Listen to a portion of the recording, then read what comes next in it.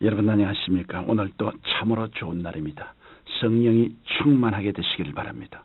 저는 오늘 민족을 하나 되게 하소서라는 제목으로 여러분과 함께 오늘 나누고자 합니다.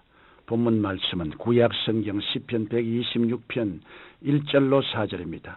그때 우리 입에는 웃음이 가득하고 우리 혀에는 찬양이 차섰도다. 열방 중에서 말하기를 야훼께서 저희를 위하여 대사를 행하셨다 하였도다. 야훼께서 우리를 위하여 대사를 행하셨으니 우리는 기쁘도다. 야훼여 우리의 포로를 남방 시내들같이 돌리소서. 구약시대 북쪽 이스라엘은 BC 722년에 아수르에게 멸망하고 남쪽 유다는 BC 586년에 바벨론에 멸망하여 포로로 끌려갔습니다. 이 시는 유다 백성이 머나먼 이방 땅에서 70년간 포로 생활을 마치고 하나님의 은혜로 고토로 되돌아올 때의 감격을 노래하고 있습니다.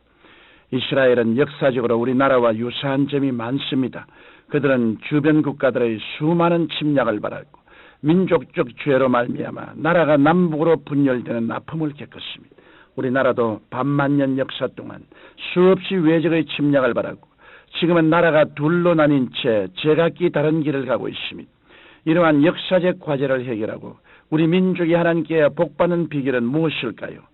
죄를 회개하고 공의를 세우는 것입니다.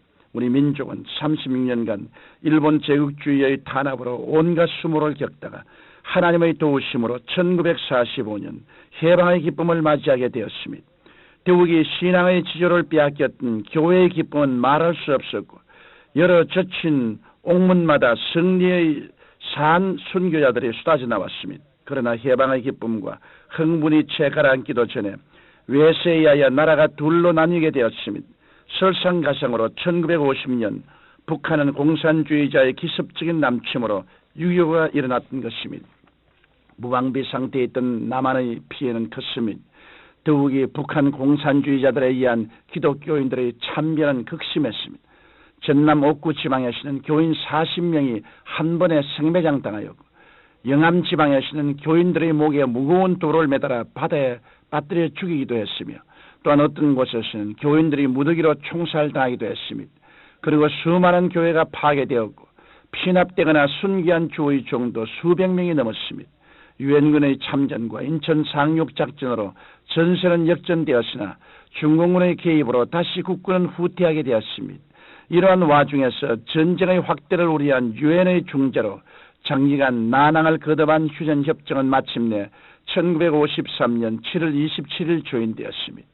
3년에 걸친 전화로 아름다운 금수강선은 폐허가 되었고 조상의 땅 한반도는 지금도 분단의 비극을 안고 남북으로 서로 대치하고 있는 것입니다. 이 원인은 누구의 탓으로 돌릴 수 있겠습니까? 너나 할 것 없이 모두의 책임이겠지만 무엇보다 한국교회가 회개하지 아니하고 감사치도 아니하고 기도하지 아니한 죄가 더 컸던 것입니다. 그렇다고 우리는 과거의 역사에만 묶여있을 수는 없습니다. 우리는 독일이 통일된 것을 바라보면서 하나님께서 우리 민족에게도 하루속히 평화 통일을 주실 것을 굳게 믿고 한국교회가 앞장서서 회개하고 하나님의 공의를 세워나가야 하겠습니다. 성경 시편 15편 1절에 야훼여 주의 장막에 유할 자 누구오며 주의 성산에 거할 자 누구오니까 정직하게 행하며 공의를 일성하며 그 마음의 진실을 말함이라고 말씀하고 있습니다. 공의를 세우는 백성은 그리스도 안에서 사랑으로 연합해야 하는 것입니다. 우리 민족사를 살펴보면 나라가 폐망의 위기에 처했을 때마다 국민의 마음이 사분오열되어 있었음을 알 수 있습니다.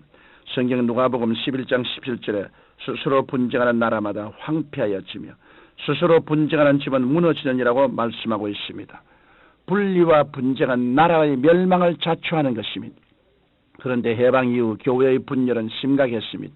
민족 단합에 앞장서야 할 한국교회가 통일보다는 분열을, 협조보다는 대립의 편에 서 있었습니다.